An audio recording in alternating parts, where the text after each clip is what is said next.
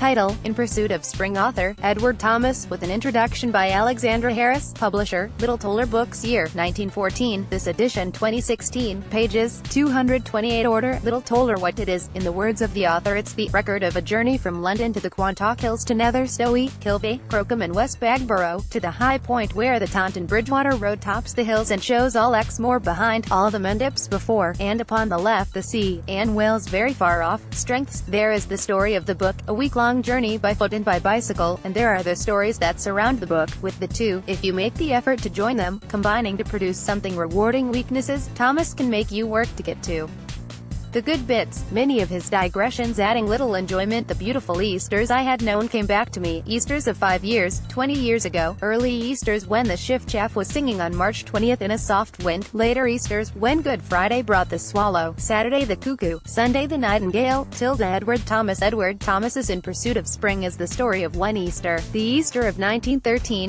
when the author set out by bicycle from his parents' home in Balham on Good Friday and headed in a westward direction, bound for the Quantock Hills, the native soil of Kubla Khan, Christabel, and the ancient mariner, where Coleridge fed on honeydew and drank the milk of paradise, aiming to arrive just as spring arrived there too. That's what the book is about anyway.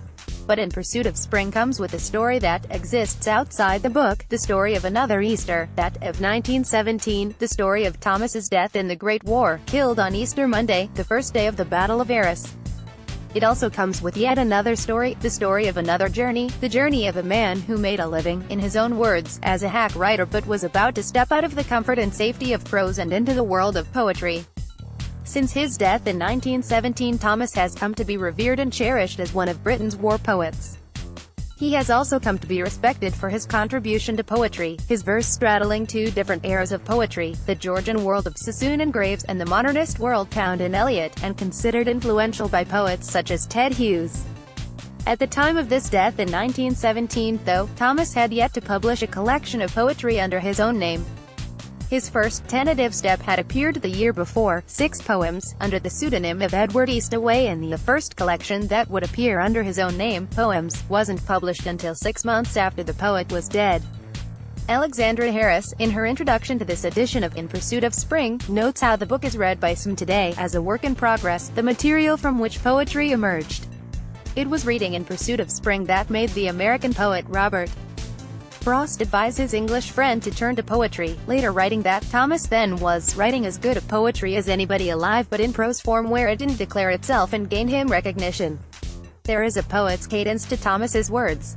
Matthew Hollis, one of Thomas's army of biographers, points to Thomas writing, a robin sang in one of the broad oaks, whether anyone listened or not, and notes that that is iambic pentameter, or that trochaic pentameter can be found when Thomas writes, many days in London have no weather. But the poetry of In Pursuit of Spring is more than just the rhythm of the words, it's in the words themselves, and the way they're played. Consider this passage, a prelude to the journey, Thomas describing London in the months leading up to Easter, that long, slow, climb from the depths of winter to the promise of spring. The wind blew from the northwest with such peace and energy together as to call up the image of a good giant striding along with superb gestures, like those of a sower sowing. The wind blew and the sun shone over London. A myriad roofs laughed together in the light. The smoke and the flags, yellow and blue and white, waved tumultuously, straining for joy to leave the chimneys and the flagstaffs, like hounds sighting their quarry. The ranges of cloud bathing their lower slopes in the brown mist of the horizon had the majesty of great hills, the coolness and sweetness and whiteness of the foam on the crests of the crystal fountains, and they were burning with light. The clouds did honor to the city, which they encircled as with heavenly ramparts. The stone towers and spires were soft, and luminous as old porcelain. There was no substance to be seen that was not made precious by the strong wind and the light divine. All was newly built to a great idea. The flags were waving to salute the festal opening of the gates in those white walls to a people that should presently surge in and onward to take possession. Princely was to be the life that had this amphitheater of clouds and palaces for its display. Born in 1878, Thomas was just a couple of weeks past his 35th birthday when he set off on Good Friday 1913 on his week-long journey to the Quantocks. Married and with 3 children, he saw himself as something of a hack writer, producing words to order. Literary criticism, biographies, fiction, travel books. By 1913, he was writing several books a year, with 4 appearing in 1913, a critical study of the essayist Walter Pater, a semi-autobiographical novel, The Happy-Go-Lucky Morgans, and 2 travel guides, The Icknield Way and The Country. And this alongside the regular reviews he was writing for the Daily Chronicle and others. In Pursuit of Spring was written in a 2-month period, April and May of 1913, sometimes at a rate of 4,000 words a day. It is, in other words, a piece of hack work.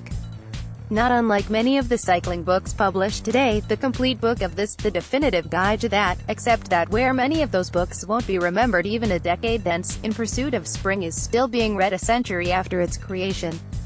And not just as a work in progress, the material from which poetry emerged. Why? One reason is that it has a certain utilitarian value, a guidebook preloaded with nostalgia for a golden age, England on the eve of the Great War. You can follow in Thomas's wheel tracks, seeing how much has changed, marveling at how much is pretty much the same as it was. Don Day did it in Cyclogeography, Max Leonard did for Pannier Journal. Jack Thurston has a ride based on Thomas's journey in his latest guidebook, Lost Lanes West Country. Many others have done the journey and blogged about it. Some have even stretched their pursuit of Thomas into book form. For those who can't be bothered with oversubscribed and unimaginative sportives but still seek a little direction to their touring, recreating Thomas's journey has something going for it. This latest edition of the book adds something else, photographs, allowing the traveler to compare Thomas's world, dirt-packed roads, few cars, quiet villages, with the world of today. Can In Pursuit of Spring simply be read as a good book? Yes and no. Edna Longley has described Thomas's travel books as being a mix of observation, information, stories, portraits, self-portraits, literary criticism, and reflection. All of that is present here, particularly the portraits and literary criticism, with Thomas a sort of flaneur on wheels, alive not just to the physical world around him but also to its links with the past, chiefly those of a literary nature. Box Hill sees Thomas thinking and talking of George Meredith. Farnham recalls William Cobbett. I looked in vain for a statue of Cobbett in Farnham. Long may it be before there is one, for it will probably be bad and certainly unnecessary. All Rusford is George Wither. Wither is one of the poets who we can connect with a district of England and often can and sunder from it without harm. Salisbury is Richard Jefferies in the city and Philip Sidney on the plain. Thomas's world is alive to the ghosts of the past. It is perhaps no coincidence that he began working on A Literary Pilgrim in England in the autumn of 1913, though this time at a much slower rate, the finished book not appearing until 1917. As well as a flaneur, Thomas is also that great literary trope, the unreliable narrator. Never, for instance, does Thomas mention stopping to take photographs, although as this edition of the book shows he did that quite often. Nor does he ever mention that he did not travel alone. Through Somerset he traveled with a friend, as shown in the photograph taken of Turner's Tower. And then there's the mysterious other man, a fellow traveler Thomas's path keeps crossing, a man most assumed to be a version of Thomas himself, the author at that time undergoing psychoanalysis and introducing an element of his therapy into his writing. I suppose you write books, said I. I do, said he. What sort of books do you write? I wrote one all about this valley of the Frome. But no one knows that it was the Frome I meant. You look surprised. Nevertheless, I got £50 for it. That is a lot of money for such a book, so my publisher thought. And you are lucky to get money for doing what you like. What I like, he muttered, pushing his bicycle back uphill, past the goats by the ruin, and up the steps between walls that were lovely with humid moneywort, and saxifrage like filigree, and ivy-leaved toadflax. Apparently the effort loosened his tongue. He rambled on and on about himself, his past, his writing, his digestion, his main point being that he did not like writing. He had been attempting the impossible task of reducing undigested notes about all sorts of details to a grammatical, continuous narrative. He abused notebooks violently. He said that they blinded him to nearly everything that would not go into the form of notes, or, at any rate, he could never afterwards reproduce the great effects of nature and fill in the interstices merely, which was all they were good for from the notes. The notes often of things which he would otherwise have forgotten had to fill the whole canvas. Whereas, if he had taken none, then only the important, what he truly cared for, would have survived in his memory, arranged not perhaps as they were in nature, but at least according to the tendencies of his own spirit. Thomas is also unreliable because some of what he writes is recycled from previously published work, padding to meet the required word count, such as a 4-page tragic story about a pair of sisters, Martha and Marie, who lived in the country near Oldhurst, a place that, in the real world, exists on no map. Thomas's telling of their story is inspired here by a name he sees in a graveyard in Alresford, but at least one Thomas scholar thinks the story itself may originally have been inspired by Maurice Maeterlinck. When Oldhurst appeared in 1911, Edward was working on his study Maurice Maeterlinck, in which he reviewed Maeterlinck's play L'Interieur, telling the story of a peasant family and a house standing in an old garden planted with willows, where the only characters who are named are a daughter Martha and a granddaughter Mary, in an unfolding tragedy of the death of a child. The rattlebag nature of In Pursuit of Spring can be somewhat off-putting.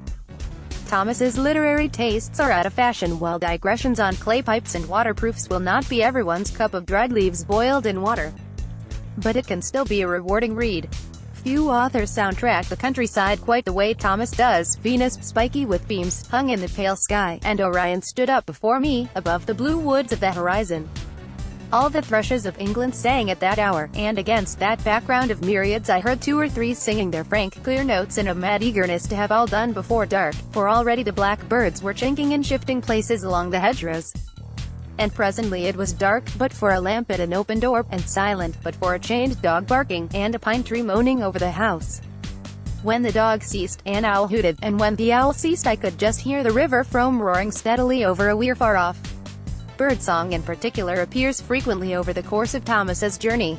Chaffinches, linnets, shiftchaffs, starlings, pewits, sparrows, pipits, larks, robins, thrushes, sand martins, doves, rooks, blackbirds. Everywhere you turn, there are birds. Next to the dead, the most numerous things on the plain are sheep, rooks, pewits, and larks. Today they mingle their voices, but the lark is the most constant. Here, more than elsewhere, he rises up above an earth only less free than the heavens. The pewit is equally characteristic. His winter and twilight cry expresses for most men both the sadness and the wildness of these solitudes. When his spring cry breaks every now and then, as it is today, through the songs of the larks, when the rooks caw in low flight or perched on their elm tops, and the lambs bleat, and the sun shines, and the couch fires burn well, and the wind blows their smoke about, the plain is genial, and the unkindly breadth and simplicity of the scene in winter or in the drought of summer are forgotten. But let the rain fall and the wind whirl it, or let the sun shine too mightily, the plain assumes the character by which it is best known, that of a sublime, inhospitable wilderness. It makes us feel the age of the earth, the greatness of time, space, and nature, the littleness of men even in a narrow plain, the fact that the earth does not belong to man, but man to the earth. And this feeling, or some variety of it, for most men is accompanied by melancholy, or is held to be the same thing. This is perhaps particularly so with townsmen, and above all with writers, because melancholy is the mood most easily given an appearance of profundity, and, therefore, most easily impressive. Matthew Hollis, who has travelled in Thomas's tracks for his own biography of the poet, and for a BBC programme on In Pursuit of Spring, has said that it is not a marvellous book, but it is a book of marvels. This, I think, is a fair description. From the intensity of his description of winter in London to the calm of the countryside, Thomas's Pursuit of Spring offers marvels that reward those willing to dig them out, while also mapping a route modern travelers may wish to recreate at any time of the